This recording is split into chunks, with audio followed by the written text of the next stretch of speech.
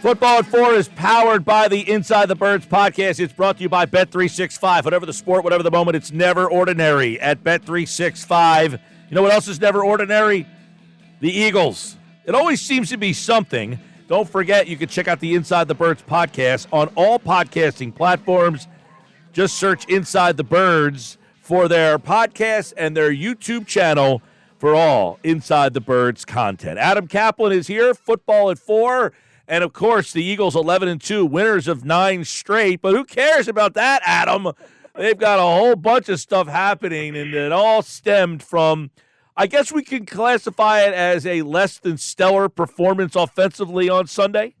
Yeah, look, A.J. Brown was asked, after the game about about what's wrong, and he said the passing game. He didn't call anybody out specifically. He didn't talk about Hurts. He didn't talk about Kellen Moore. Doug Nussmeier, the quarterback coach, and he's not wrong. Honestly, the pass game's not very good. It hasn't been very good this season. At times, they've had moments. The Cincinnati game really good. I thought Green Bay, Hurts played pretty well, opening game in Brazil, but overall, it's not been good. And look, I'll be interested to see what happens going forward here with this situation. Because look, we know that Hurts and A.J. Brown are good friends. It's not a secret. I'm just interested to see what happens here, how this is going forward, because, Mike, I've talked to the Titans about A.J. Brown. They love him.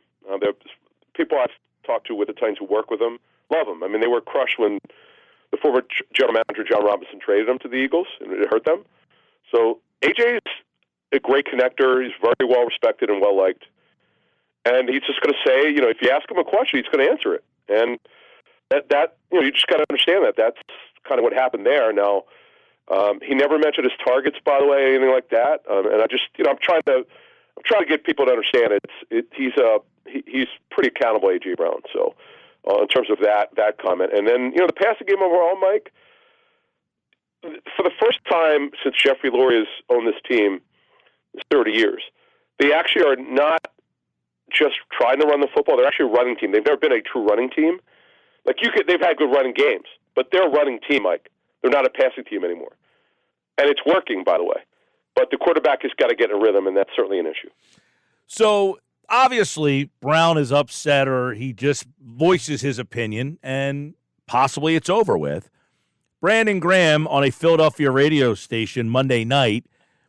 Now, I want to tell you, Brandon, to me, has the most important play in the history of the franchise. I also always say he's the most positive guy, playful. So I always take what he says with a grain of salt because he's almost too positive sometimes that I can't take what he says as gospel, except for last night, because the way he stated it, it sounded as if he, Adam, had concern in his voice when discussing this. Yeah, I wasn't sure. See, Mike, because it's Philly radio, I wasn't sure if you could bring that up, but since you did, I will address it. Knowing BG a little bit, covering him when he was drafted in 2010, and just seeing his growth and maturation as a football player and as a man. This guy's a pretty special human being. It's not a secret. He's a really good dude. And, I heard his interview yesterday, and I heard it this morning. And he didn't really back off about A.J. Brown. It was just interesting. Honestly, look, maybe A.J.'s words could have been a little better, but he's not wrong. That's the thing. It's like, okay, what would you like A.J. Brown to say? No comment? Or, well, look, if you want him to say, hey, I could be better too, whatever you want, you could come up with whatever phrase or line you want, but he's not wrong. Look, they did win the game, though. I think that's probably, I know some people brought up his body language after Calcaterra scored because maybe he should have gotten the ball, whatever the case may be, but Grant scored, I'm going to back A.J. Brown. I'm just going to, because I know behind the scenes the way that he is. He's a really good dude. But he's a veteran, and, for the second time in his career, Mike, he's only played for 2 teams. He probably didn't understand or know what was coming, but I don't think any of us did with the running game. We knew Barkley would be good, Mike. That was never in question.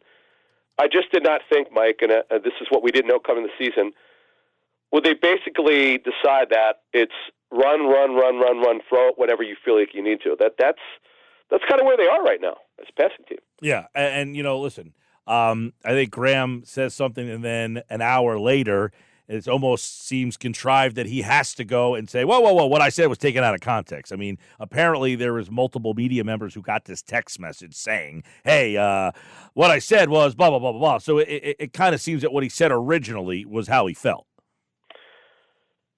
And he's a veteran, and I think he's the oldest player on the team, if I'm not mistaken. Maybe there was someone older, but I don't know about it. So, yeah, and he knows. He's wise, man. He's been around. He's seen it. By the way, he's been around for the Dream Team, or I call the Nightmare Team. He's been around for a lot of things that didn't work. But look, he's been in the Super Bowl twice now. He's a Super Bowl winner. He's the guy who brings guys together. I think you were kind of alluding to that. So, look, he was pretty contrite this morning, by the way, on the radio. He said he was going to own it, which is what you would expect BG to do. And I don't, honestly, to move this along, Mike, so we can move to other things here, I really don't think this will be a concern. I think that'll be squashed. But the real concern is the passing game, and it's kind of tough. And by the way, we talked to Greg Cosell tonight with our Patreon members, patreon.com/InsideTheBirds. I cannot wait to I'm curious the way that they're going to that our members tonight are going to ask Greg stuff, because Greg just goes by the tape, and I'll be interested to see what they do. I'll just be interested to see how that our members today ask Greg questions. It's going to be fascinating. All right, so they win the game 22-16, ninth win in a row, 11-2. Yep. But what issues every week? Everybody gets more tape on you. Yep. What issues come out of that game? Mike, a little surprised. Now, the thing that, and you wouldn't know this because they're not a heavy blitzing team, but the Panthers brought pressure, and I get there's unscattered looks. I mean, I understand that. They brought pressure a lot. That's just not. And by the way, Ejiro Evero, the defensive coordinator of Carolina, is the running Fangio. He's a Vic disciple, and they did something that disciples don't do. Vic, they actually try to bring a lot of pressure, and they had some success. And that when Hurts dropped back again, it was not like. Mike, it wasn't like that. They dropped back a lot, but they got some pressure. They had some leakage a little bit. That was interesting. That surprised me. Now, pass rush. I was kind of stunned that Bryce Young moved way better than I expected. Mike, when Sirianni made the right call, by the way, to punt instead of kicking the field goal. By the way, I was told by two people who were on the field it was windy, and. Let's not forget, Jake Elliott had missed his fifth 50-yarder this year. He's 0 for 5. Yeah. I was going to ask you that question. Yeah. How much is Elliott's issues a concern, and factor into how far this team can go and the decisions they make? All right, so let me finish that thought off. It's a great point, Mike. So not only was it the right decision, Mike, they lost a yard and a half. Remember, Maddox down it at the 3. They lose a yard and a half. It's 3rd and 11 at the 1.5-yard line. Okay, so folks say I don't know what I'm talking about. No, you don't. You need to understand situational football. You just brought it up. They've got a kicker problem. I like most people, thought it was fixed. I spoke too soon. I got that wrong. I thought because he looked good the week before. This epidemic of bad kick. I mean, look, Justin Tucker, who's the best kicker in NFL history, and we know about his problems. And the Eagles probably thank him for that. It's just kind of weird. I don't know. I was told, we actually reported this at the time when this new group of coaches came in. Because if you remember, Elliott really struggled the last year with Dave Phipp in 2020. Doug Peterson's last year. Then this group with Tyler Brown, who's the specialist coach. His dad, Randy, by the way, is the specialist coach for the Ravens, ironically. How crazy is that? But Tyler fixed it. The operation, we were told, they fixed the operation. No problems. And then Michael Clay, I listened to the coordinators today. He did acknowledge the operation's got to be a little bit better. So they got to clean this up. The Eagles, I could tell you, have total faith in Tyler Brown as the coach who's responsible for the punters and kickers and return game and all that. It's just, look, Jake's going through a tough time right now. It's because how did he get the money Jake moniker, Mike? He was damn good for 3 years. It's just kind of weird. Made one of the biggest picks we ever saw, 61 yards against the Giants to get them. I was there. Yes. I remember it. Yeah. Passing game, offensive line, what kind of contributions do they have in this passing game mess? Mike, look, Hurts, the big thing, Mike, is, and I know Jalen's not dropped back a lot, but it's getting rid of the ball faster. It just got to come out faster, be more decisive. I thought Greg Cosell last week when we did the Inside the Tape show, which drops every Thursday, I thought Greg did a great job of talk about the positive of Jalen, getting him out of some bad plays or getting better looks. We talked about the zone read with the RPO tag. I thought that was beautiful, the way that Greg explained that. He said Jalen's really good at that. And don't forget, hey, Mike, the other thing about Hurts is Jalen asked for more responsibility. He's getting it. I was talking to Moshe about this today. I said to Jeff, I said, look, Jalen's being asked to do more this season because he asked for it. It may be too much clutter. Maybe he's thinking about it too much. Why is he taking longer than any other quarterback to throw the football? It's just something we have to look at, Mike. I'm interested to hear what Greg says about, because, listen, my untrained eye sees number 11 with pink shoes on. You can't miss him. All over the field, wide open. I get it. Why isn't he throwing it? Yep. No, but this is what Greg will tell you. He can't tell you why he's not throwing it. He'll tell you where the progression should be, where the ball should go. That he could tell you. Right. No, I'm just trying to say my untrained eye, am I seeing that guys are open, or am I saying, no, he's not actually open. He shouldn't throw that ball there. Greg has said, no, we haven't talked. We try not to get anything into his mind before we talk to him. So the Patreon members today will be the first people to talk to him. We haven't talked to him yet. And then we tape the Inside the Tape show for Thursday. Now, I know for a fact, because I talked to Jeff cuts up the all-22 for us, so we're going to look at one or two plays for Jalen. But the thing that he's got to do a better of taking what's there and not moving unnecessarily, that's been an issue. I've been in Jalen's camp in this. And Greg pointed out last week, he made that unbelievable throw. Okay, you know that Jalen gets criticized for not pulling the trigger on balls over the middle because it's a fact. It's not made up; it's an absolute fact. He made that 17-yarder on that 5-step drop where he threw it over the middle. That was maybe Hurts' best throw of the season. So to say he can't make tight window throws, that's not true. He hasn't done it. Yes, he rarely does it. But he's got to do it when it's called, Mike. That's eventually, Mike.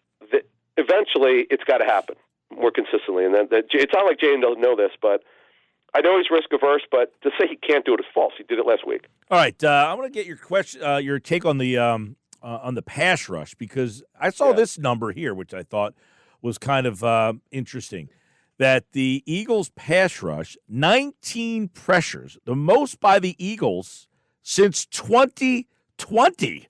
It didn't feel that way because I guess Bryce Young was wiggling his way out of some things and they had some fluky things happen.